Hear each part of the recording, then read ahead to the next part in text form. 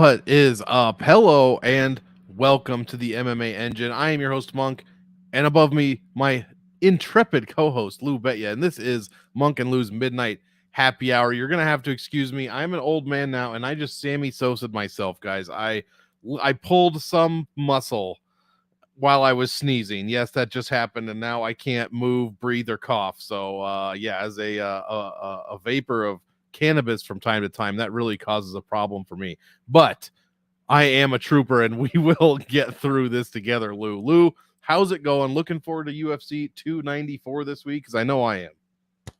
I'm looking forward to it. I am disturbed, though, and not the usual disturbed. I'm disturbed to know that if you guys don't know, Monk's birthday is next week. Next Thursday. I was disturbed to learn that he is a little more younger than me, younger than I thought. Come on, I got a baby face, right? Yeah, but I'm like 5 years older than you. I'm 5 years older than you, dude. I'll be 46 next month, dude. Like, oh shit. And look, I don't know if I like look or act it, but my body feels it.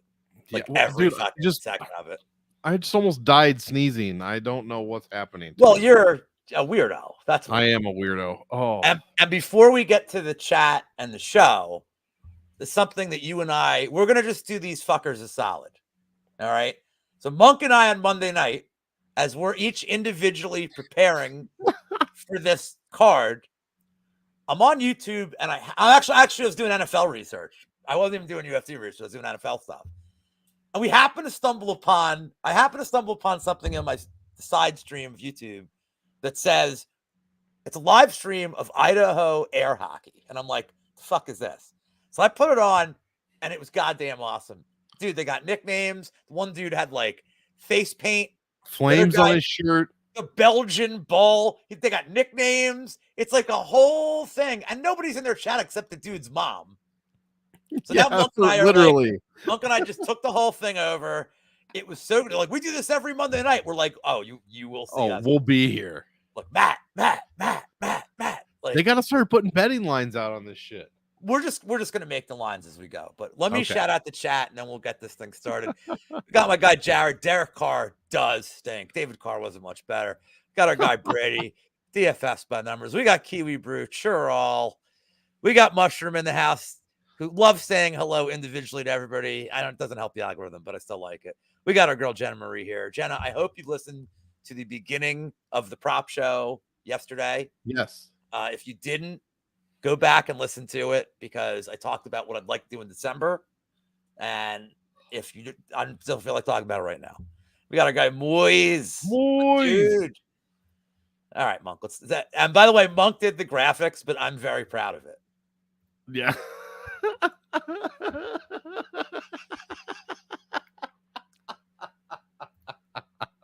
Bullet Magomedov, Sharabutin Magomedov. Hey, look, man, I was just going for, this is my artist rendition. I was just going for what he sees. Since he only has one eye, everything's probably blurry as shit. So that's probably what he sees in the mirror.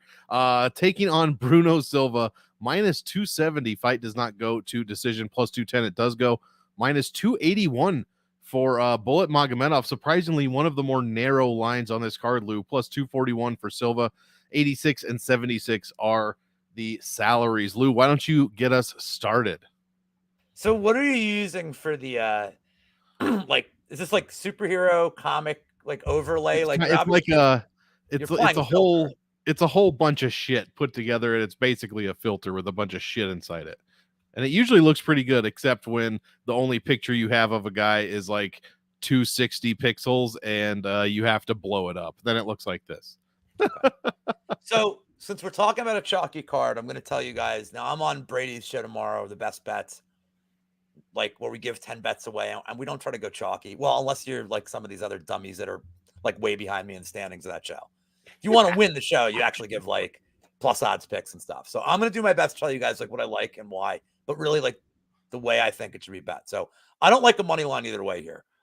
I don't like Silva's seemingly like there's some chinks in the armor with his durability now. But the chinks in the armor with durability seem to be like that Allen chin checked. And Brendan Allen, I think, is like Brendan Allen's a ranked fighter. His striking's kind of underrated. His power's underrated. Like, he's pretty well rounded too. And he has a threat of a takedown. Magomedov doesn't have that. He's more of a leg kicker, and he's more of an attritional guy that gets knockouts. Like, he has a lot of KOs in his record, but he's not like just one punch knocking somebody out. So I don't think that. I think the way I want to play it is over 1.5 rounds. It's minus 155, minus 160 on some books. I don't think this is a first round finish. Magomedov's never been finished. This is the best guy he's ever fought. But even Silva, like, he kind of takes his time. The only fight he didn't take his time was the Jordan Wright fight, because Jordan Wright was in his face in like 10 seconds. So I could see this being like Magomedov finding the range, trying to work the leg kick, Silva trying to get in range here. I think the first round's kind of slow. I think this thing, if it's a finish, it's going to be late. As far as the side, I can't get behind Bruno Silva right now. I haven't liked what I've seen in either fight. I don't know if Magomedov even tries to take him down here. If he does, he's probably going to have success. I think if things get hairy on the feet, that's a path for him. But I really think the first round is him trying to establish range to leg kicks, Silva trying to land the knockout shot. I think this thing easily flies over 1.5 rounds.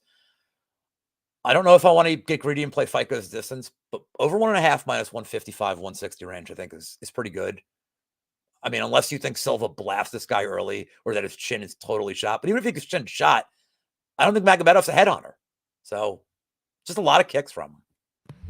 Yeah, this is going to be an interesting one for DraftKings. Like you said, man, I'm seeing this super chalky as well. Extremely chalky card. And I'll probably pick Magomedov to win, but I'm not confident in that, meaning I will have probably neither side in cash games. But as far as GPP goes, I don't mind either side. I'm hoping for a finish, Lou. I'm hoping that if it does go over that 1.5, like you said, that we'll see a finish there shortly after. Because if we don't, we're probably not going to see a very good score. I mean, in his last 5, Silva beat Wright in like a minute and a half, 108 points. He beat Tavares in the first round, 109 points. But other than that, I don't see how this fight is going to score well. But that said, I'm not counting out the relatively early knockout. So give me some of both sides for GPPs. And yeah, it should be an interesting fight to get us started here. And as you notice, the pictures have only gotten better. Here we go. Victoria Dudikova. She is absolutely glowing, taking on Jin Yu Fry. Everybody loves to play Jin Yu Fry in DraftKings. Plus 140 fight does not go. Minus 170 does go. A huge, gigantic minus 560 for Victoria Dudikova, who has had less than 30 seconds of UFC cage time. And I think we all know you don't lay juice on women's MMA, anything over like 250, and we're over double that here. 9,200 for DraftKings. Give me Dudikova for DraftKings and for the win. Basically, you can't play Jin Yu Fry at all. She is terrible. She scores less than 70 points per win, and that's if she even finds a win. I mean, she is 2-5 in the UFC, 38 years old, and I'm just not seeing it. Give me Dudikova. I think she has a good grappling game, and hopefully we'll get to see it here. I am interested to see your ownership because at 9,200, I really don't mind playing her in GPPs or cash, probably heavier in cash, but I'd really like to see her, come out here and make the optimal lineup again. So, I don't know. Luca. I mean, what was she? She was actually, she was 9,200 3 fights ago against Vanessa Demopoulos. Jin Yu Fry was $9,200. Since then, she's been 79 and 76, and now she's 7K. I don't know why people like her. She's beaten DePaula and Yoder. That's it. Like, that is it. And we just saw how amazing Ashley Yoder looked just last weekend. So I like Dudikova. What do you got for this one, Mr. Lou Betya? So I'm not betting this. I've seen people parlaying Dudikova. Got our guy Easy in the house too. What's up, Easy? I see people parlaying Dudikova, and like I feel like I say this every week on the show, Monk. But what could go wrong? Parlaying a WMMA fight with somebody over minus 400. What could possibly go wrong? Exactly. I see some people on the Frey side this week betting wise. I get it. Like, there's things she has advantages on. She has experience. Like, I get it. I think she's a better striker too. I get that. But there's two reasons I'm never betting Frey here. One is Dudikova in all her tape goes for takedowns immediately. Like, that's what she wants to do. And Frey's takedown defense is not great. And her get-up game is even worse. So I do think Dudikova could get her down early in each round. But even if Dudikova couldn't, and this thing ends up staying on the feet, whereas I think Frey, I've seen a couple people on Frey actually this week. Or at least I'm seeing people talk about it. Let me put it that way. I've seen a couple people talking about it. But I can never get to a bet with Frey because she's so low volume. Yeah. And even if this thing does stay on the feet, even if Dudakova's striking is like rudimentary and a work in progress, she's going to throw more than Frey, and the optics are going to be in her favor. So I'll pick Dudakova. I'm never betting this. Even the fight props, I mean, Frey has no finish equity here unless Dudakova.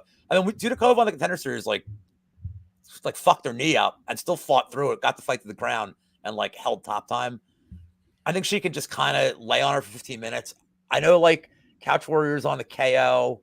I know a lot of people are on the sub. I would prefer the sub. I mean, she hunts for subs all the time, and the KO was a fluke last time. But yeah, give me Dudakova to win. There's no way I'm laying this kind of money. And honestly, like I just, this line blowing up so much is really telling. Like, there's been some weird line movements in these Abu Dhabi cards on the undercards I've noticed. And it seems like a lot of chalk hits early. But anyway, that's the pick. I don't have much more to say about this one. Yeah, for sure. I like it. Well, yes, I've noticed. And that's I know who he's referring to, saying he's betting Frey, but yeah, next the lines are I wasn't kidding when -2 whatever I said 81 was one of the most narrow lines on the card. It is wild for sure. Brady, the 9K range for DraftKings is crazy. We've got Nathaniel Wood taking on Muhammad Naimov, plus 105. Fight does not go. -135. Fight does go to decision. -300 for Nathaniel Wood, plus 250 for Naimov. 9K against 72K. Lou, do you think Naimov has that one-shot power again, or you think Wood's just going to cruise to decision here? I think Wood's going to submit him, actually. Oh, even better. A little different here. I'm not impressed with Naimov. I did bet him against Malarkey, but I think I've been betting against Malarkey for like 5 straight fights. Like, I had McDessie against him. I had like Prado. I had the decision in that fight. Like, I'm just not impressed with Malarkey. He's so hittable. I mean, Naimov didn't look great the first round of that fight, but like you go back further and like, you forget about Dylan Shoot fight. Like, I just don't like his tape. Is he's kind of slow. He's kind of plodding. He has no takedown defense. The problem here with Nathaniel Wood, this is why I like the submission over like just parlaying him. I'd just rather play a prop. He's got good trips, but he has good takedowns, and he's got good positional control, and he has way better cardio than Naimov. And I think maybe he needs more than one takedown. Maybe he needs 2. Maybe it happens in the second round. Maybe even later. But I think he eventually gets a takedown, and Naimov can't get up, and Wood just takes the back. I've seen Naimov try to get up twice where he's like literally just getting up on all fours as slowly as possible. Oh, yeah. Like, the neck is there. I mean, Wood, he's not really shown off his submission grappling a lot. I do worry about his durability, but I think we're overestimating like Naimov KOing Malarkey as like he's some serious, amazing one-shot knockout artist. When Malarkey at this point in his career is like, I mean, McDessie was tagging him left and right. Yeah. McDessie just doesn't have knockout power. But even McDessie almost like, I mean, he rocked him a few times. Like, you know, Naimov's young enough to like hit him hard. He's got good power, but Wood's just going to pick him apart from distance here. I don't know what Naimov does. Give me Wood. I like the submission prop. And if you could get greasy and play 2-3 at 1,400 and 1,600 left, I looked. Ooh. Yeah, I don't mind that actually at all. Almost he absolutely robbed him. He did. Yeah, he did. Shout out Easy. Leg lock that like button for sure and subscribe to the MMA Engine channel. Almost 4 points a minute for Nathaniel Wood. Almost 5 points a minute inside the distance. So right what you were referring to. Also, you mentioned his takedown accuracy. 54% in the UFC so far. 1.7 takedowns per 15 minutes. And he controls 2/3 of all grappling time he is involved in. He's only 200 over his average salary. And he's dropped people. He's been dropped, throwing up subs. There are a lot of knockdowns and submissions thrown up here. Nathaniel Wood fights, it seems like. Maybe not a lot. That was a bit hyperbolic, but a few. And a decent strength of schedule here. Naimov, he was only owned 5% at 6,500, hit that lucky shot, and now he is $700 more expensive against a much, much better fighter in Nathaniel Wood. So I agree completely. Nathaniel Wood, love him for cash. Not sure how I feel about it for GPP. Even if he does get a round 2 sub, maybe we're still looking at sub 100 points. No pun intended. But yeah, give me Nathaniel Wood for the win. Maybe a bit tentative as far as DraftKings goes, Lou. Next fight, we're flowing, bud. Anshul, King of Twitter war number 1. What's up, Rich? Excuse me. Rich is big on the under there too. I mean, I just think Wood gets it done with the finish more often than not. But I mean, I think Naimov doesn't have decision equity here. So no, unlikely. Let's see. Anshul, King of Lions, Jubilee taking on Money Mike Breeden. Minus 140 finishes early. Plus 110 does not. Minus 260 against plus 220 for Breeden, and a huge salary difference here, 9,300 to 6,900. Let's see. I will start this one off. I guess I like Jubilee. I mean, what do we got in Breeden? He's 0-3. Excuse me. I'm trying to not cough because I'll die if King I of do. Lions. You just like him because his nickname's the King of Lions. Yeah, exactly. But no, Breeden 0-3. He's going for that Daniel Lacerda 0-4 mark after this fight. So I just don't know, man. I think the only thing that worries me here, Jubilee, relatively unknown, is fought on the road to the UFC and has only fought one person, Jeka Saregi, I believe, in the UFC. So relatively untested. If this goes past like 7 minutes, I don't know what it's going to look like, man. Breeden, could keep it sloppy, could take it to decision, and we could get some fuckery on the judges' scorecards. I'm hearing Jubilee was booed pretty hard when someone asked about Indian MMA today at the press conference. So not that any of that matters, but I like Jubilee to win, hopefully early. But like I said, it does worry me if he doesn't get it done relatively early. I don't know what this is going to look like. So I'm not fading Breeden all the way. Give me a little bit of him in GPP tournaments. Probably staying away from this one in cash, though, to be honest. Lou, any plays on this fight? Well, I just want to say that somebody in the community who shall remain nameless has more than 7 units on Jubilee. Oh my God. On this fight. I'm not going to say who it was, but I may have done a show with him earlier in the week on this channel. But I'm not going to name names. I think if you're betting Jubilee or you're parlaying him, I think you're out of your goddamn ever-loving mind. I agree. I don't think he's shown any kind of skill set to warrant a minus 260 tag over anybody in MMA on the regionals at this level, period. I think I think he might be okay in a couple of years. The guy needs some seasoning.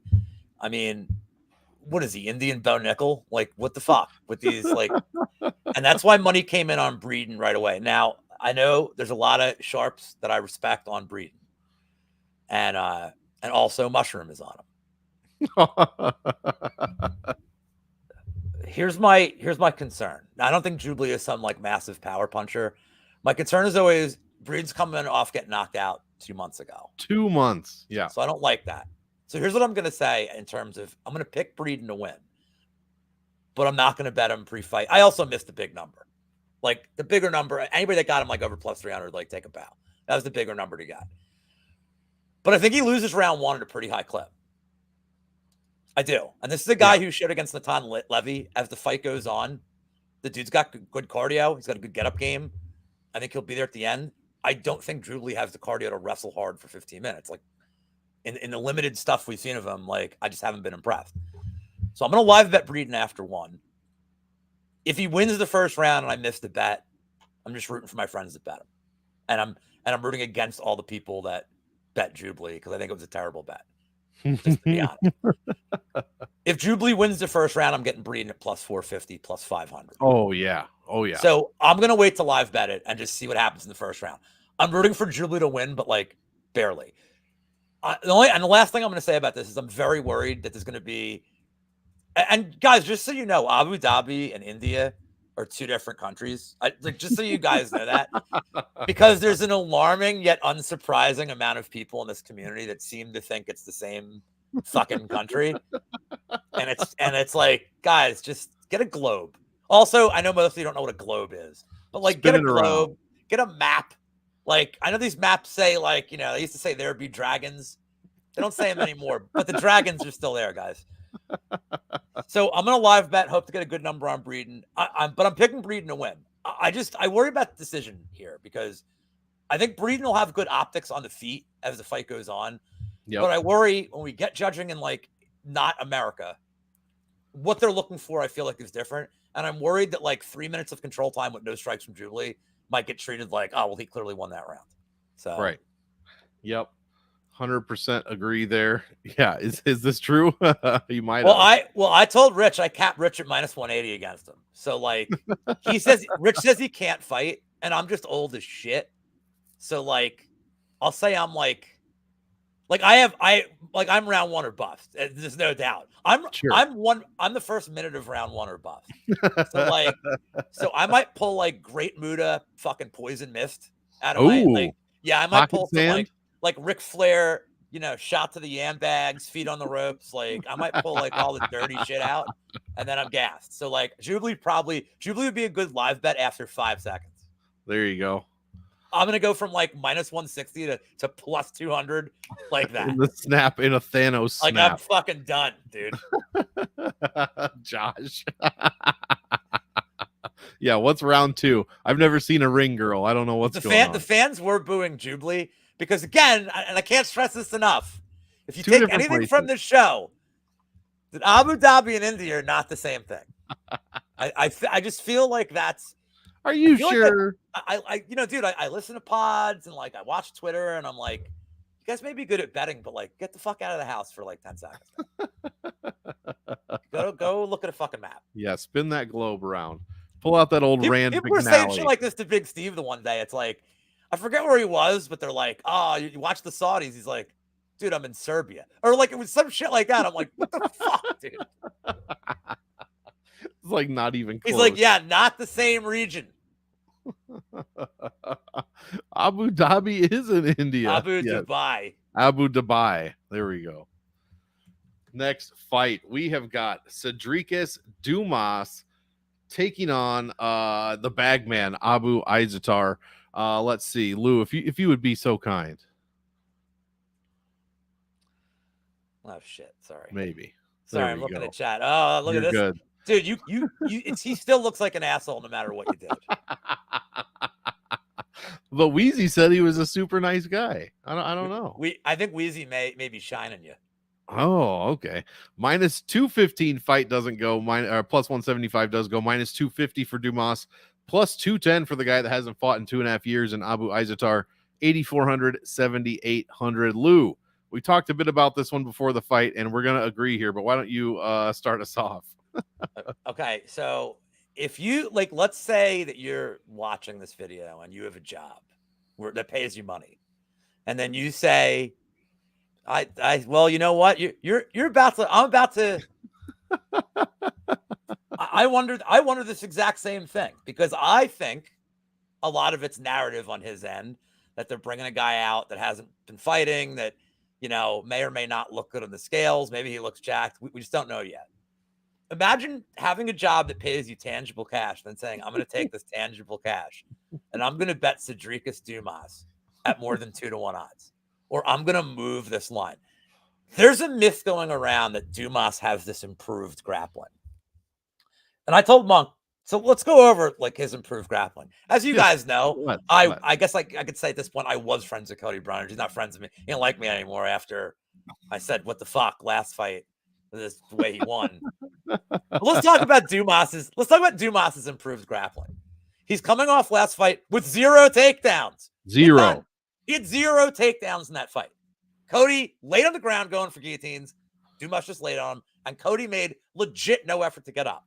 He was a sitting duck waiting to be put out to pasture. So what did Dumas do? Threw a whopping 17 strikes in a 15-minute fight.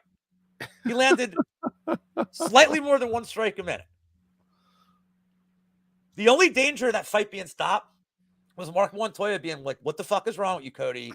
We're stopping the fight between 2 and 3. So is Dumas like some improved guy? I was never impressed with his striking. He has no grappling. Now, people think that Izatar has a grappling advantage. He's 38. He hasn't fought in years. I don't think he has good cardio. He's not grappling. Like, he's not. Could he get a takedown like to seal a round? Maybe. But I don't think that's what's going to happen. I don't trust Dumas's cardio, and I think his skill set shit. People are saying like this is some setup fight for him. Dude, I'm just waiting. I hope this line just keeps getting seen. I'm going to take a bet on Izatar. He's my pick. I'm betting him. As long as he doesn't look like absolute AIDS in like an hour when he weighs in. If he looks like, and he doesn't have to look in the best shape ever. As long as he doesn't look like death. If he just looks okay, I weirdly trust him so much more here. So I'm never betting Dumas.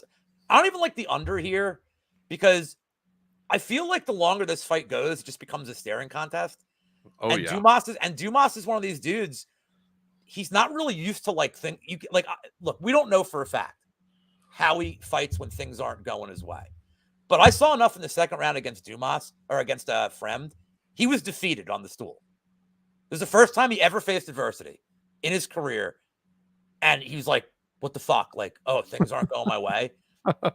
And then his reaction was to go on Twitter and be like, that guy didn't beat me. Like, I mean, he did. Yeah, right. I saw it. I bet on it. He pulled a real Chris Curtis on that. He absolutely beat you. I watched it. So I feel like if Dumas doesn't get him out of there in the first round, he might get frustrated. Like if Zaitar lands a couple of shots, or just even if he's just staying out of range and we get the most boring first round ever, I feel like Dumas is going to be like, I don't think he has a plan B. Does he look like a guy?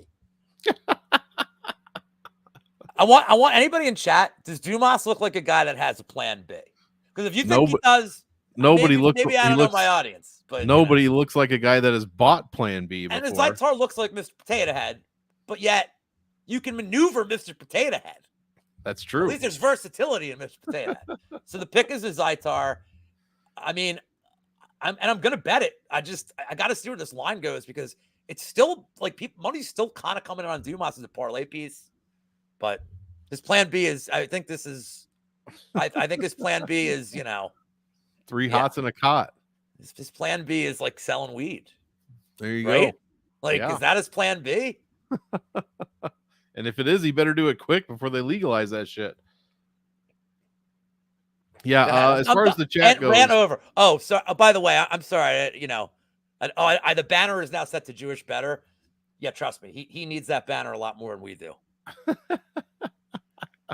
Yeah, this picture of Abu Izatar could very well be Worley Alves. In fact, it's funny you guys say that. I did get them confused earlier while I was making the picture, so I guess we'll find out when the Worley Alves fight comes on. But yeah, they do look eerily similar. I completely agree with everything that Dumas said. He's landed 37 strikes in 23 minutes of UFC fight time, no takedowns. I mean, he had less than 2% control time against Josh Fremd. Like, he very well could win, sure, but what are these people seeing when they're going as far as to lay minus 250 juice on this dude? So I just don't see it, man. I'm with you. I'm probably staying away from this one, to be honest. But if I had to bet, I'm looking at Izatar for sure. So yeah, give me that. I just don't see it, man. I just don't see it with Mr. Cedriques Dumas. Next fight, the guy that looks, tell me, Lou, because I know you know who this is. Yes or no, Javid Bashrat looks like the Brain from Pinky and the Brain. I think he looks strikingly similar. Way you did it, yes. Look at the size of his fucking head, bro. I know, but part of this is like no. We don't alter dimensions here at the end. This is all Javid or whatever the UFC put on. I don't know. I don't like this. I don't like this snow leopard slander, but go ahead. He's got such a big head, dude. I mean, Peyton Manning-esque. Plus 200, fight doesn't go. Minus 260, fight does go. Minus 600 for the snow leopard here. Plus 425 for the mongoose, Victor Henry. 9,400 for Bashrat, 68 for Henry. I think this one's easy. While my heart and my brain says that Bashrat's going to win, I'm not playing him in DraftKings. Maybe cash, but even then, he just doesn't score well enough. Yes, he's been trending up, and Gianni would love that, as he did score 98.5 against Mendonce, 83 against Gravely, and only 65 against Trevin Jones. So 9,400 is a bit much. Bat Dad, what is going on? Glad to see you in here. Minus 600 and 9,400 is a bit much. And Victor Henry, I don't think is a pushover, man. He looked good in 2 of his 3 fights. Lost to a Sunsao, but honestly, if this goes to decision and Bashrat just doesn't lay on him the whole time, I think Henry's actually a decent punt play.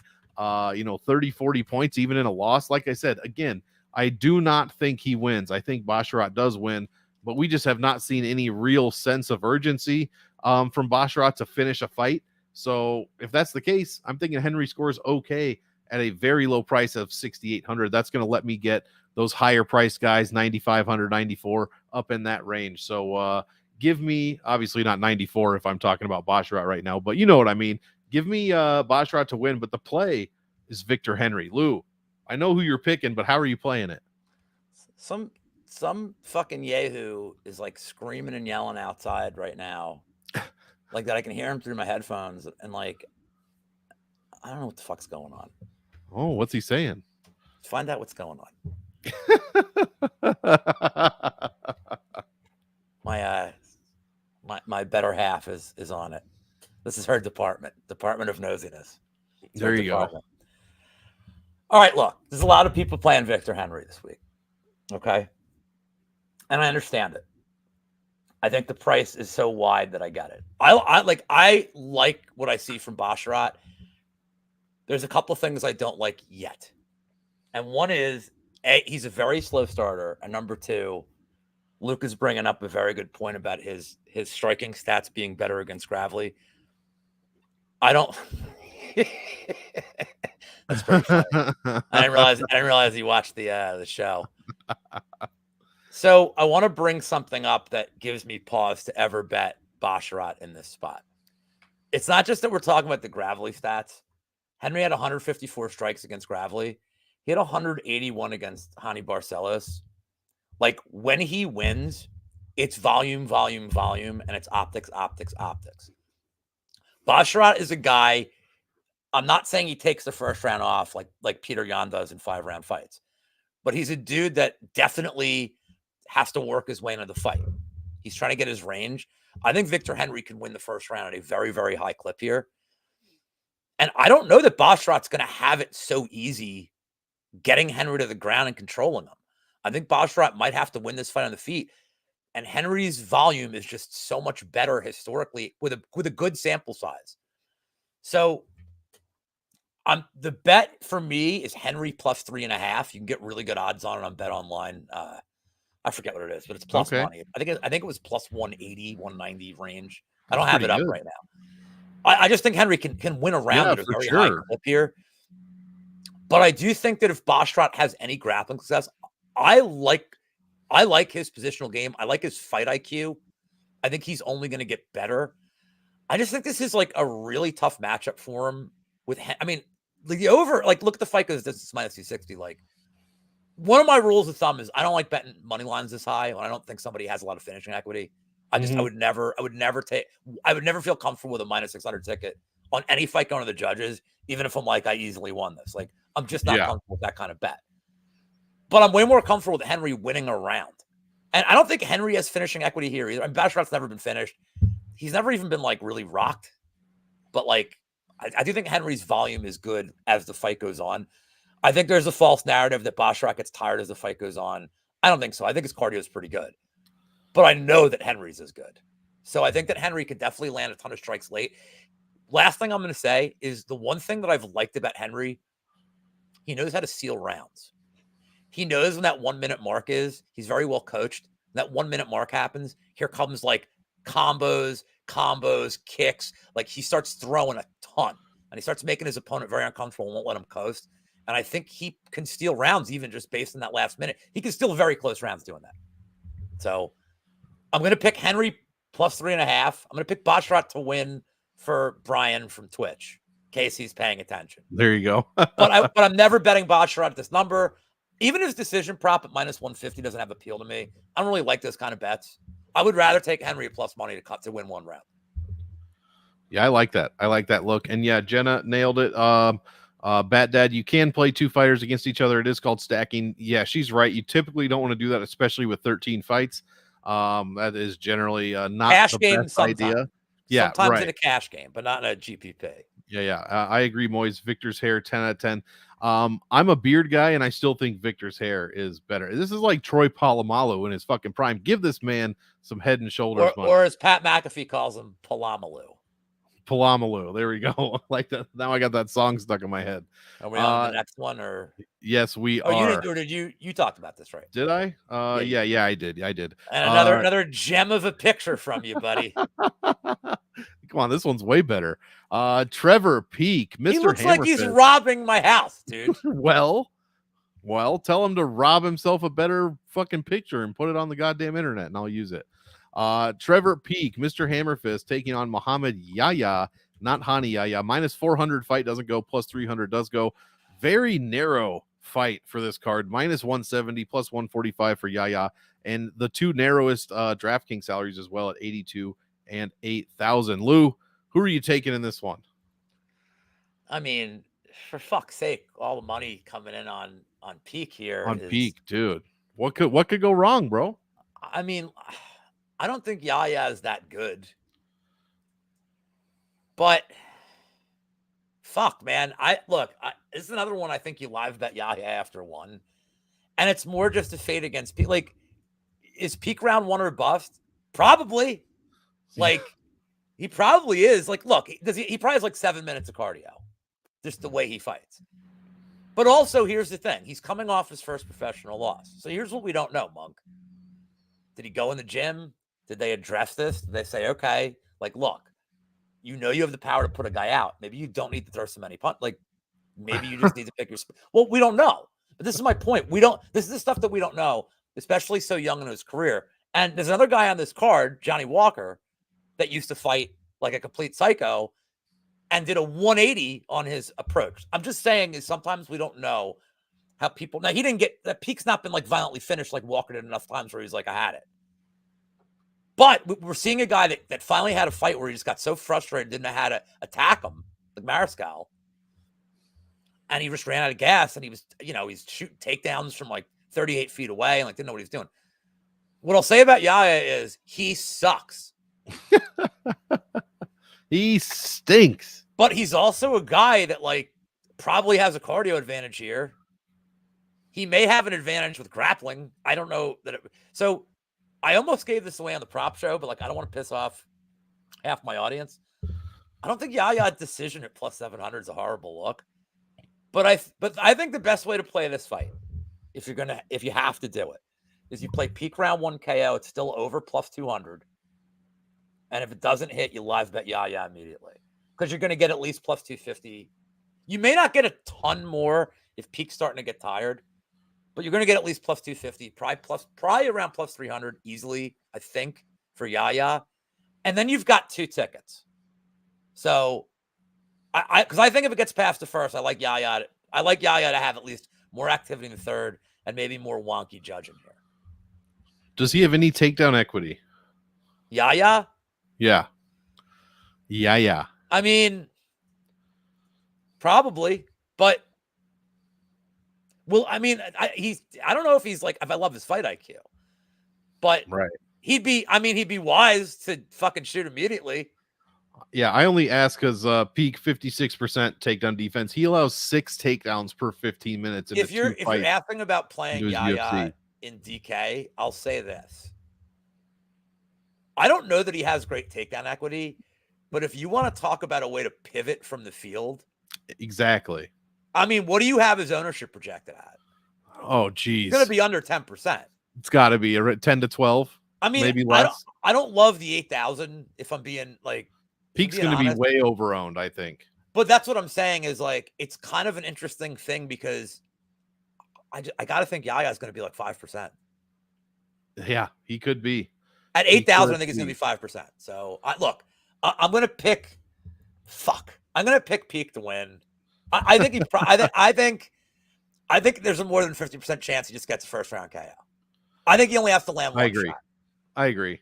And that's why I'm but if this thing gets out of the first, be ready to live bet. Yeah. Absolutely. I'll probably have 170 is a terrible number. Dude, it's awful. Hold on. Before you move on, I need to look something up here. So he opened it like he was a dog here. I know to open. But what I want to see here is the line against Ghost Pepper. I was going to say Brady says Peak's been training at Waffle House. That's actually not a bad gym. Have you seen some of the fights that come out of Waffle House, man? That's not a bad place to train. So he was minus 225 against Eric Gonzalez, the Ghost Pepper. Okay. And I don't think much of Gonzalez's chin. Right. But he's definitely more skilled than Yahya, and it's not even close. He just has no chin. And I think Gonzalez had been, why do I feel like he had been knocked out 2 months before that fucking. Probably because he was. No. It was he got choked out, but he fought McKinney. Oh, yeah.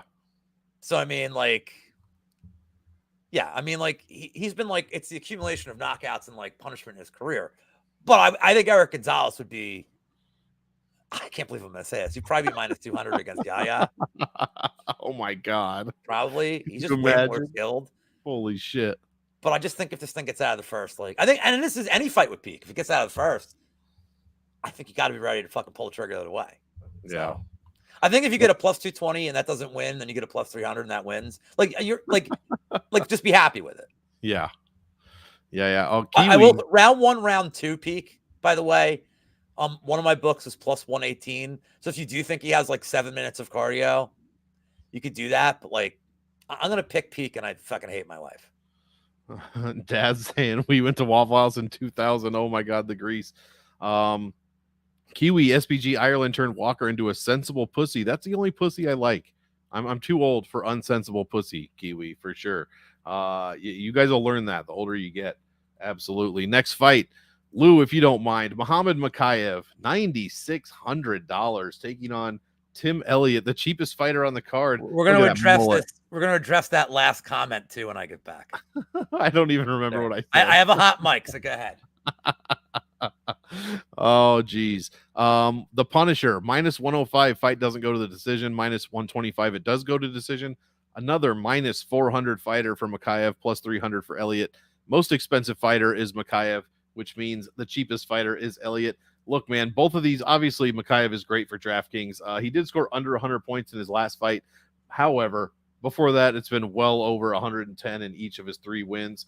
Tim Elliott, surprisingly or not surprisingly, depending on how you look at it, very good DFS numbers. Over 4.3 points per minute, almost 5 points a minute inside the distance. Both guys averaging 116 per win. Absolutely incredible numbers there.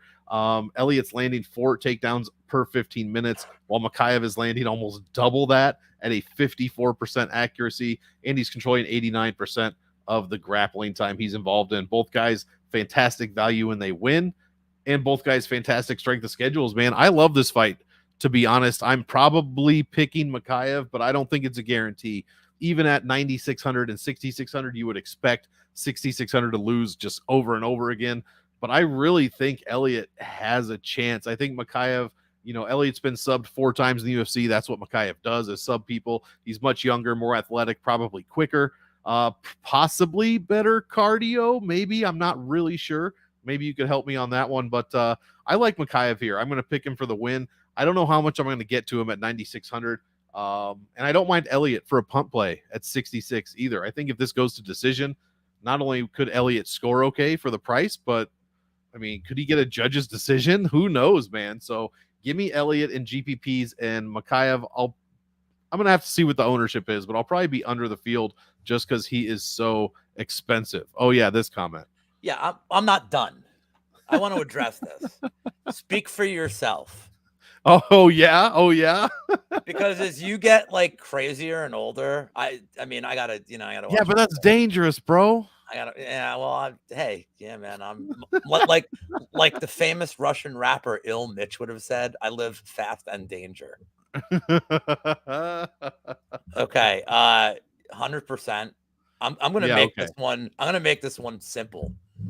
I don't love playing chalk and parlays, so Makayev's gonna fuck him up, and and I don't even want to play the submission prop because his round props fucking suck. I was 43 once too, bet Dad.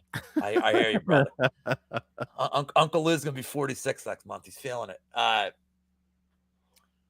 Makayev's round props are like insane. Like his round 3 is like, his round 3 sub was like plus 550. Like they're insane. Oh my God. There's no value on it. No. But in the distance is plus 160. Look, I think Elliott's all right.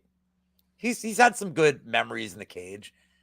This is not facing Altamirano, a guy who like has vertigo, who fucking falls down every time you take him down.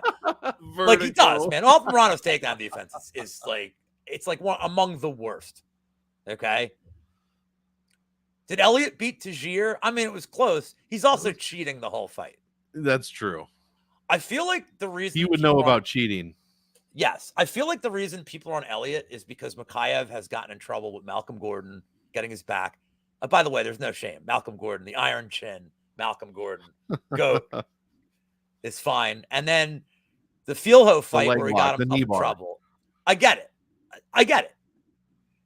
But Makayev is going to fuck Tim Elliott up.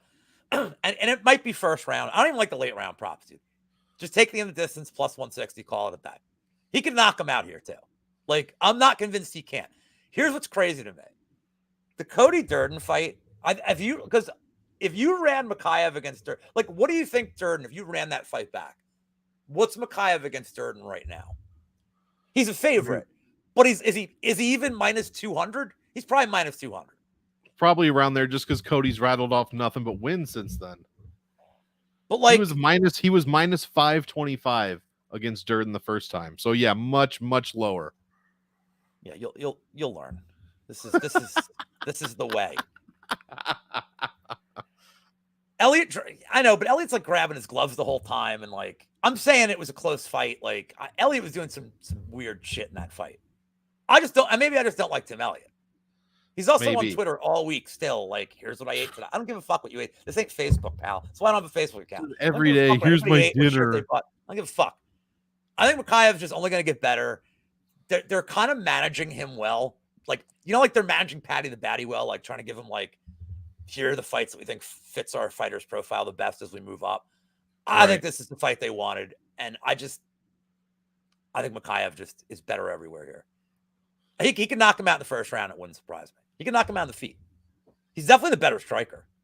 Oh, yeah. And his striking is like still a work in progress. And I think he's the more powerful, better striker.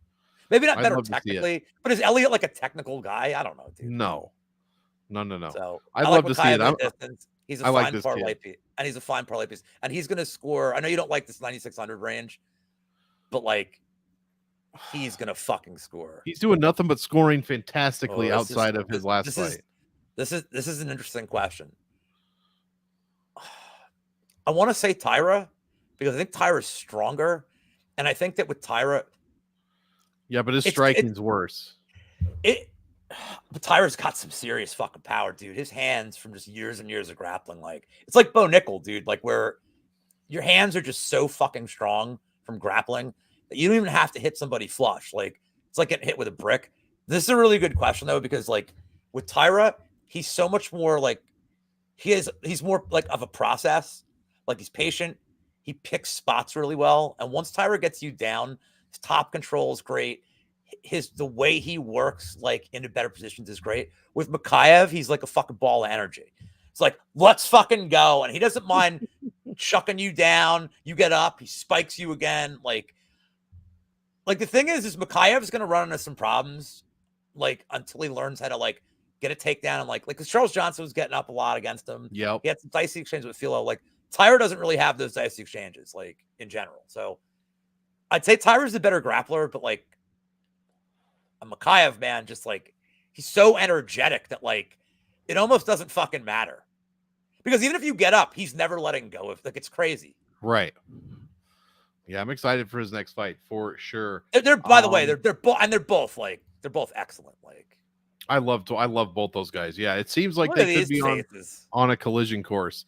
I mean, yeah, look, tell me this dude isn't like the Joker from Tajikistan. He looks like Elvis mixed with the Joker. Muin Gafarov here at plus 180, taking on Said Nurmagomedov, not related, minus 210, minus 130 fight doesn't go, plus 100 does go, 8,800 for Nurmagomedov, 74 for Gafarov. Lou, what do you think about this one? Because I don't know if I like it for DraftKings. I think this is a tricky fight. I think this is a super tricky fight. And I think for DraftKings, I don't know, man. I think I almost want to say you could pass on this one completely. Yeah, that's what I'm thinking. I mean, obviously not if you're playing like, big 150s. You're doing 150 lineups. Like, yeah.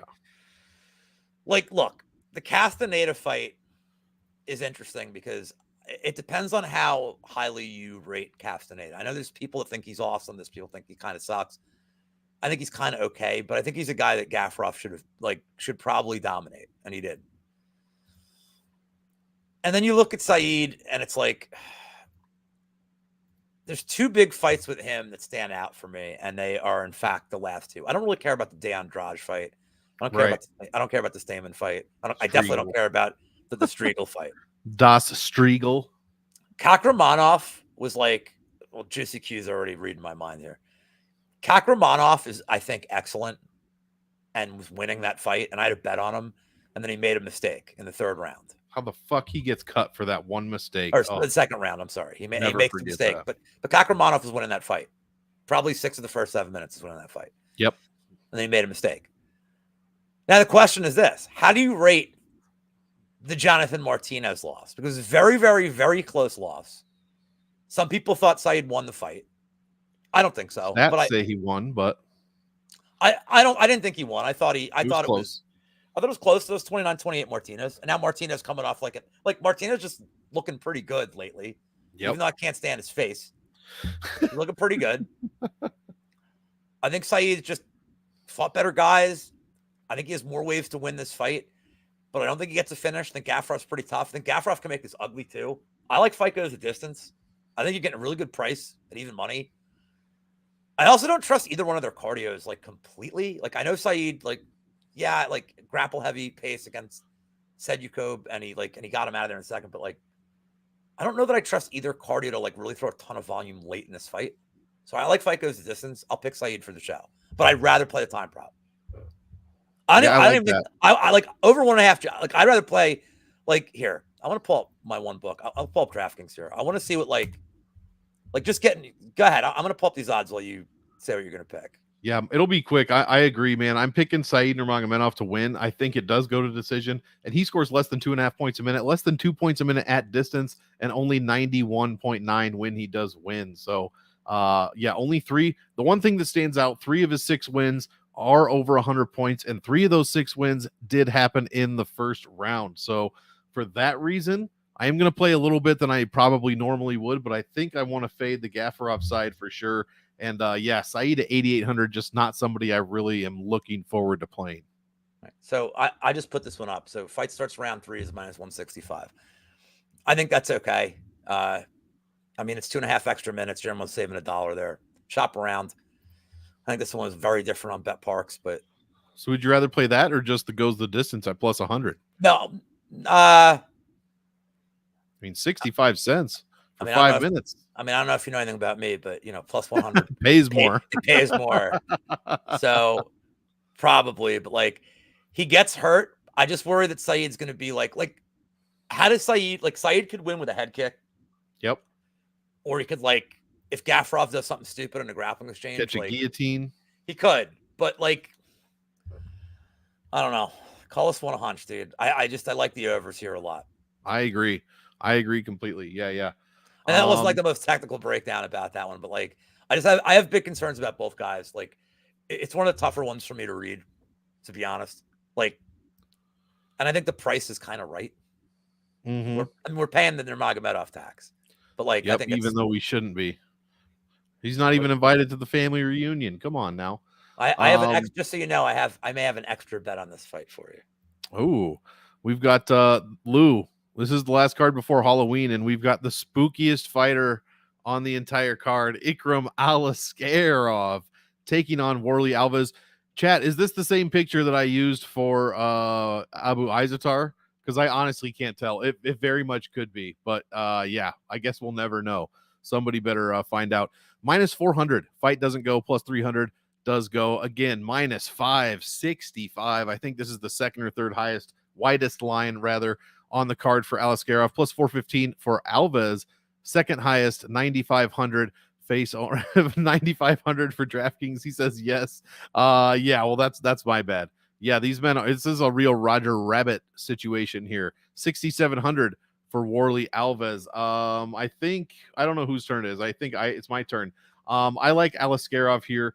The only issue is he's fought for about 2 minutes, and it was against Phil Hawes. He had no inside the distance time at all, so no takedown attempts, defenses, grappling time, no inside the distance striking.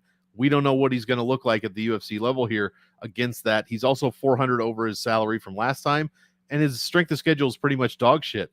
Then we've got Warlley Alves, who's only 32, but seems like he's 43 in fight years. Does not put up great pacing at all, but he does have a good guillotine, does have good takedowns, 50% accuracy, controls 57% of the grappling time, and he's $1,500 cheaper than usual, Lou, than his average. So my only question is, obviously I'm going to play Alaskarov probably in cash, probably in GPPs as well, hoping for an early finish.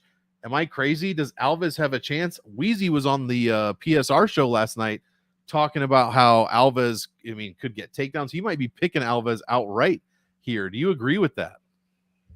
I think Alves round 1 I actually like the round 1 KO if you were going to play it. I think it was plus 1,900. The last I looked. Shit. At least it was here. That's why I have DraftKings up. I know I had on Bet Parks, it was plus 1,900 because they give me a little better odds on some of these. Plus 1,800 on DK. That's still pretty good. So this is the Yam Bag special. Let's get that out of the way. Southpaw versus Orthodox. Love it. Alves throws tons of kicks, spams them. Like against Lazez, you're just fucking firing kicks. I don't want a tapology, cap here. But when does Alves lose in the second round of fights? Yep. Because he throws 3 minutes of fucking spinning shit, throws everything he has into kicks, and then he's dead. I think if this thing hits the ground, Aliskerov can out-grapple him. I think he can stay at range and just piece him up. I think Aliskerov's going to fuck him up. I'm playing the under 1.5 at minus 165. I'd much rather play that than Iskarov in the distance. Love it. Dude, his in the distance is like minus 270. Like, I'd much rather play the under 1.5 and get my equity with Alves getting around 1 KO. Yep. I know Aliskerov's only ever been finished by like Khamzat. Yeah. But it took one shot and he just crumbled like a motherfucker. He crumpled like Phil Hawes crumpled. Like, there's not a lot of tape of Aliskerov getting hit to the body, and I think that's what Alves is going to do. He's going, he took Tallulah in 3 rounds. But who? Dennis Tallulah. Yeah, I don't know, man. That's fine and all good, but like, I just big fade for me on Alves going forward. The Tallulah fight was 3 years ago. Yeah, and he choked him out, like, look, I get it, but like, I don't know that Alves has any fight left. I mean, dude, he looked like shit at the end of the first round against Dalby. And Dalby just doesn't finish people, but like, he wanted out of there. I don't know. He just feels like a shot fighter at this point. Tallulah at least like maybe tries. Tallulah sucks. Tallulah is awful. Tallulah is way worse than Warley. Yeah, he is. But I mean, maybe not in the 3rd round. Maybe not in the 2nd round. Like maybe he's not at this point. But yeah, he's not a real fighter. I think this is a paycheck fight. And it's a feature fight for Aliskerov. But I like the under 1.5 way better pricing. And then like you do get that like Alves lands something in a minute, like freak knockout. Yep. So yeah, a little bit of both sides then. I think if you're going to play, by the way, I don't hate Alves round 1 KO at plus 1,800, like at all. That is wild. I think there's a lot of meat on the bone there for what I believe is his win condition. He's not winning a decision. No, I couldn't imagine. That would be wild. I already went on this one. Next fight, the most exciting fighter on the card, Magomed Ankalaev. You thought I was going to say Johnny Walker taking on Johnny Walker. Minus 190 fight doesn't go. That is unbelievable to me. Plus, I guess not. Plus 155 fight does go. Minus 350 for Ankalaev. That's some part of me says that seems wide, but then again, it doesn't. 91 for Ankalaev, 71 for Walker. Lou, why don't you start us off here? Am I crazy for thinking that might be a little wide? I think I am crazy. No, this seems crazy. Nah, this line's right. I don't like the new Walker, and because of that, my favorite bet for this is over 1.5 at minus 160, minus 165 range. Actually, I need to see what the updated line is. Let me see if his chin is so trash. Dude, it's minus 166. Could you imagine Ankalaev gets a round 1 KO after so many boring fights? He could. He absolutely could, because Walker's there to be hit. Yep. But at this point, Walker he's happy to be low volume. He's happy to throw a leg kick. And like, I mean, Walker's chin is horrible, but Ankalaev's volume is just so low. So I like the over 1.5 here. I mean, like, I don't have much to say about this. Like, fucking Ankalaev. And like, here's another thing. What's Ankalaev's like fucking state of mind? Like, no, like, I mean this honestly, dude. Like, he beats Anthony Smith, and like, then he has the fucking bullshit draw in a fight and then he's like, I'm gonna retire. I quit. I don't care. Like, that was his peak, and he ain't fought since. Nope. So like, this is a pretty big fucking step down. And I think he probably just wins a boring decision. Like, I think Walker should. If anything, I think if Walker's dumb enough to like shoot a takedown in the 2nd round, Ankalaev could just choke him out. Yeah. But the way Walker's fighting now, man, he's happy to like he's taking no risks to the point where like he's cool just hang on the outside. Ankalaev, if Ankalaev wasn't as low volume, I would just easily take him by KO here and call it a day. Yep. But So I'm going to play this over 1.5. You could play Ankalaev and like over 1.5 and like get decent money on it. But I honest to God, I hate this fight. I haven't bet it yet. I'm just, the over 1.5 is like, I just feel like this fight fucking sucks. I almost wish it was Val Woodburn in there. Am I right? Yeah, I agree. It's awful. Prince of Mischief, the what Walker said to Anthony Smith was hilarious. Yeah, it absolutely was. He was so confused, and rightfully so. I mean, Walker is like a confused dude by nature, but that was just fucking weird. And that like, was so weird. That was so weird. Yeah, man. Like, dude, as somebody who's dealt with like a house, as somebody who's dealt with like a break-in, yeah, like I don't do shit like that. I don't like randomly go to people and be like it's weird, man. You tried to kill my family. I know, like it's not normal. No. Even the announcers are like, what the fuck is he talking about? Yeah, I'll keep this one short here. Ankalaev, I'm not looking forward to playing at all. I guess in cash you could, but even so, what are you going to get out of him? Like 90 points? I don't see it. Walker, I mean, I'm picking Ankalaev. I guess I'm going to play a little bit of Walker in GPPs because he's so cheap. I mean, he's $700 under his average salary, but that said, I don't think he's going to win. Do you think he'll be like do you think he'll be the most popular like dog in that range? It's got to be, right? Like, who's going to have more ownership, him or Elliott? Him. Just because you have finish potential. Yeah, finish potential. Him or... But he doesn't have finish. But the thing is he doesn't have finish potential. It's a myth. Yeah, I don't know. Who's going to have more? I mean, Usman will be higher owned than he... Well, maybe not, actually. No one is on Usman this week. I guess we'll get to that. We never got an explanation. No. None. I think he was trying to set himself up mentally. He was trying to put him... Because he was not winning that fight. He was just trying to get himself... Let me ask you something. What if like 5 years from now we found out that like Walker really did break into his house? What's that? You were frozen for a second. You're frozen and your eyes look crazy, which is awesome. What if we found out like years later that Walker actually was the one that broke? That's what I was thinking. It was Walker. That'd have to go on fucking Maury or some shit. Yeah, dude. Maury. Classic. You are not the father. Yeah, I think you'll have to watch Bisping. Bisping should share a bullet on his podcast. They could have one full set of eyes on there on that thing if he gets on there. Right, Lou? Yeah. Yeah, this fight sucks. Get out of here. Get it out of here. Next fight. Co-main event. Got it out of there. I moved. All right. Here's a fight that doesn't suck. Khamzat Chimaev taking on Kamaru Usman. Something minus 200. Wow. Fight doesn't go. How is this only minus 200? I have no idea. Plus 160 fight does go. Minus 330 for Chimaev. Plus 270 for the former welterweight champ. This one is at middleweight. $8,900 for Chimaev. Yeah. I remember that one. Yeah, it was the mailman came to his door on a pod and he like freaked out for like half of a second.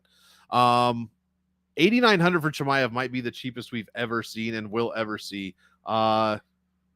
Actually, yeah, why don't you start this one off so you can finish the next one?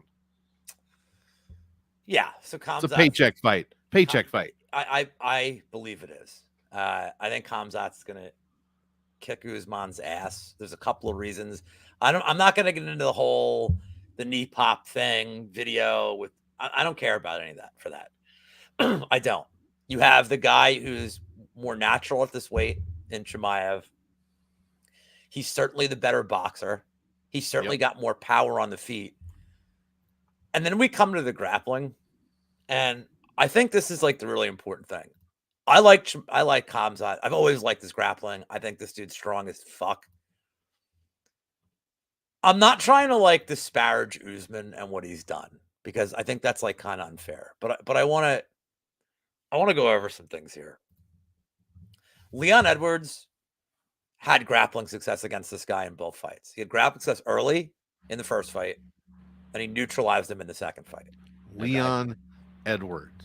I like Edwards. Like Colby Covington in both fights with Covington, you could argue Covington maybe won one of those fights, and Covington had tons of success with the grappling. Now I know Covington is a wrestler who does no damage. I would rate Khamzat's like overall grappling and wrestling, far better than Edwards. It's not even debatable. And because of the danger he poses on the ground, I would rate him way higher than Covington. So I'm not sure where Usman wins this fight. He doesn't win it on the feet ever. Like, he landed a good shot on Masvidal. I have news for you people. Masvidal is fucking terrible. And he always has been fucking terrible. Like, Masvidal isn't a good. That was so beautiful, though. He's not a good fighter. Oh. Usman's not knocking out Khamzat here. And I don't know how he survives on the ground. And, like, I don't, people are like, oh, man, well, his cardio didn't look great against Burns. Look, that was his first big test. He hasn't fought since. He obviously realized he had things to work on.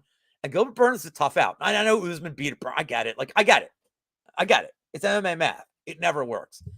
There's a lot I just don't like here about Usman. I don't like the spot. I don't like the move up. There's nothing I like here. And I don't know that I like his mentality coming off 2 straight losses. So, feels like a paycheck fight. If you want Khamzat round 1, I guess that's fine. It's like plus 220, I want to say. Plus 1. I don't know. Is in the distance like minus 125. I like that. So yeah. I think Khamzat gets it done here. Yeah, I agree. Paycheck fight here. Usman, I mean, getting older. Somebody said in our chat last night that he was still living the championship lifestyle, so he needs that paycheck. I kind of agree with that.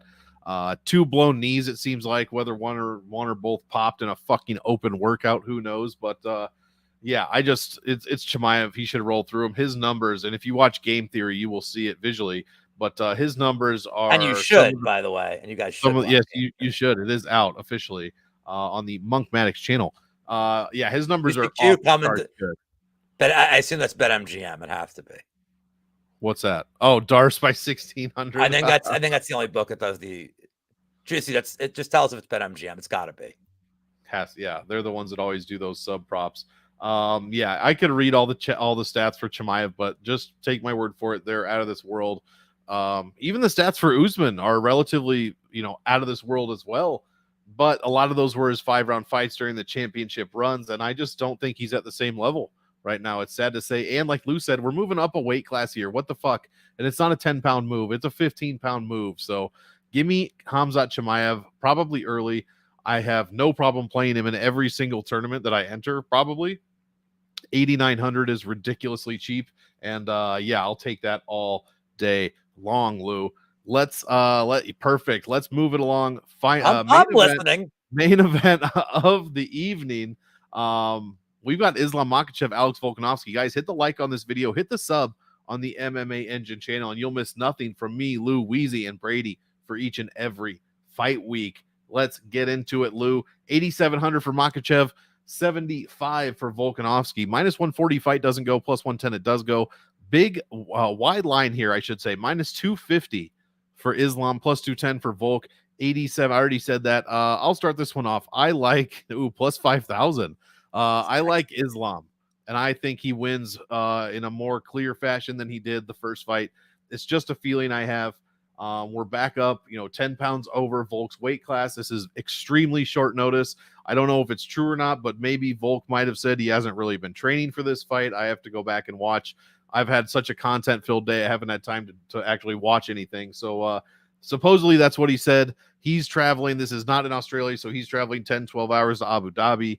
I don't like it for Volk, and I'm the biggest Volk guy there is. I also like Makhachev, but I love Volk, man. He's the only current fighter, 5 fights since 2021, 5 optimal lineups, Lou. He even made optimal in his last fight against Makhachev in a loss where Makhachev didn't even make the optimal lineup. So love Volk, but yeah, Bat Dad, I agree, man. And I think there could be a finish here. I don't know what Lou thinks.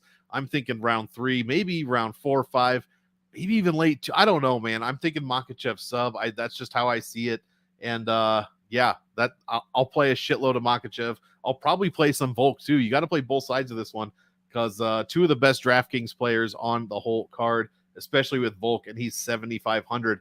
That is unfortunately 800 more than he was in the last fight, but that means you get Makhachev $800 cheaper than you did in the last fight, and I think he has a clearer path to victory here. So I do like that a lot. Give me Makhachev, and I will be playing him. Lou, take us home. Who do you like in this main event? Wiz in the house. What's cracking? It's my favorite word. Hose. Hose. Yeah, I like Makhachev here.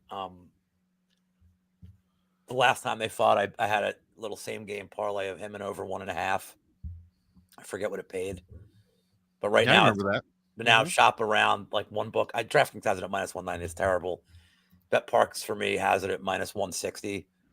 I think that's a pretty fair way to play this fight. I don't think Makhachev finishes him in the first. If he does, oh well. I mean, Volk has great durability. Yeah. It's really the short notice here. You know, you go back and you watch the last fight and like, I don't know. I don't think it was ever like debatable. I think that the rounds were pretty. I think Volk had a great fifth. Right. But even on the feet, Makhachev had the optics, like was landing better punches. And I don't see how that's going to be any different this time around, especially where and Volk's got good cardio, even coming off a short, like a no camp. I trust Volk's cardio.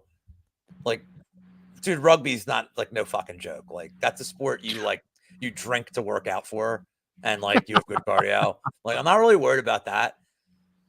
But I'm worried about like, dude, you're fighting a guy that like, dude, look who you're fucking fighting.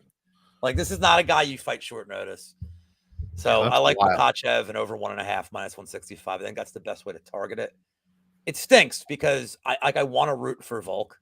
I just love watching him. But like, I don't know. I'll tell you an interesting bet that I like here that I gave away on the prop show. Even Luca will like this one. Fight to end in round 5 at +1200. Doesn't matter who wins. Fight to end in round 5. And I like it for 2 reasons. The one thing about Volkanovski that I liked in the last fight, you know, how infuriating is it when you know your guy needs to come out like super hot right off the jump in the last round, like he knows he's down the cards, has to get a finish. Volk fought the whole 5th round at the highest pace he could and did everything in his fucking power to get Makhachev out of there. If this thing hits the 5th round, Makhachev's up on the scorecards. To me, there's no way around that. And if Volk is just death gas for whatever reason, accumulated damage, the takedowns, the lack of camp, all of it combined, I think Makhachev needs to put a stamp on this to make sure that there's like 2 decision wins against him is nice, but it's not like a definitive I'm a dominant champion kind of thing. Finishing Volk late would be big. So huge. Again, +1200 for this prop. Small play, but I think it's interesting because I could see both of them having a reason to go for it. Yeah. I don't think if Makhachev's up 4-0 in the 5th, I don't think he's going to try to coast and take his foot off the gas. I honestly think he wants a finish to put a fucking stamp on this and be like, there's no debate now. There's no debate now. I know Habib wants a fucking finish. This dude's 10 pounds less. He fights in a different weight class. You should be smashing this I know, but this is a dude that like, I know, but Volk's a different Volk is a different guy. Yeah, for sure. For sure. So yeah, absolutely love it. Yeah, basically math. Rugby is the best base for MMA. I definitely think it could be better, but I just don't like this. I don't like the short notice, bro. Short notice, like I can't stress enough how much I don't like it. And like, look, somebody told me, like, what about Bisping? Like, dude, come on, man. Bisping beat Rockhold. Like I get it. Islam Makhachev is not fucking Luke Rockhold at all. Like, and Volk's not Bisping. No, but Makhachev is a whole different fucking creature, man. Yeah, for sure. Prince is on it. Hit the likes, guys. My birthday's next week. There's no card. Lou's birthday is a little bit after. Hey, don't get me anything except a like and a sub on this channel. Do it right now. I would appreciate it. It'll be like opening presents just for me, just to see it. So strange coincidence. We don't have a UFC card for your birthday week. Right. And we don't have a UFC card for my birthday week. Oh, well, that's my gift to you. I'm the day. Thank you. That's all it's I wish you would have got me that last year, but I'll take it. It's actually, I think I had it last year because I'm right around Thanksgiving. I'm the day after Thanksgiving this year. So I think I had an Abu Dhabi card last year too. But thank God we have the PFL World Championships that night, so I can bet, Guy Incognito at like -3,000 against fucking Glass Joe or Von Kaiser or whoever the fuck they, Are weigh-ins happening right now? Moise is saying Dudakova missed weight. Yeah, I think they started 15 minutes ago. All right, well, let's get you guys out of here so we How can did she, tune hold into on, if that. they started 15 minutes ago, like, why would she even have weighed in? Yeah, why would she weigh in? She better keep going here. What was the weight miss? I guess I'll find out here in a second. But that's not good. Either way, I'm still not picking we're not doing a Fry. We're not doing a weigh-in live stream. No, I'm not picking Jinyu Fry to win. So yeah, Lou. Well, guys, you can find me actually hit up Game Theory on MonkMMATics channel, the nickname show as well. And I think that's it. Lou, tell the people where they can find you this week. Oh, she barely missed. Doing best bets tomorrow with Brady because like the champion has to extend his lead. That's true. Prop show I did last night with Couch Warrior was the 1 year anniversary of Great episode. Also for you jabrones that bet the NFL, go check out my show each and every Wednesday with Wiz, where Wiz tells you what bets you're going to win in like 9 words, and I actually give you breakdowns and then lose half my bets. He wins the bets. I do the good technical analysis. I thought it was Wit Wiz in your next week we have Narco on for that. So there's no fights next week. So it's gonna be Narco, Wiz, and I breaking down NFL. So ooh, nice. Yeah. And what are we almost halfway through the NFL season already? Yeah, so guys, you're missing out if you're not tuning in. Lou's got some fucking bangers, some gems, baby. Yeah, I'm trying to get like I don't know. Apparently Kamayev. I mean, I'm just gonna have to look up who weighed what, but yeah. Well, only in this sport can a girl weigh 116 pounds and we're like, she's fat. She's 36. She's old as shit. Yeah. Like, let me tell you something. I had to make sure. You tell me a 36-year-old who weighs 116 pounds. If she feels old and fat, sit on Uncle Lou. I'm to Uncle Lou. Talk to your Uncle Lou. Tell me what's wrong. Tell me what the problem is. I mean, I could not think of a more perfect way to end the show, Lou. With that said, guys, have a great week. Enjoy the week off next week, and let's hope we make some money. As usual, we want you all to enjoy the fights. So enjoy, and we will see you in the next one.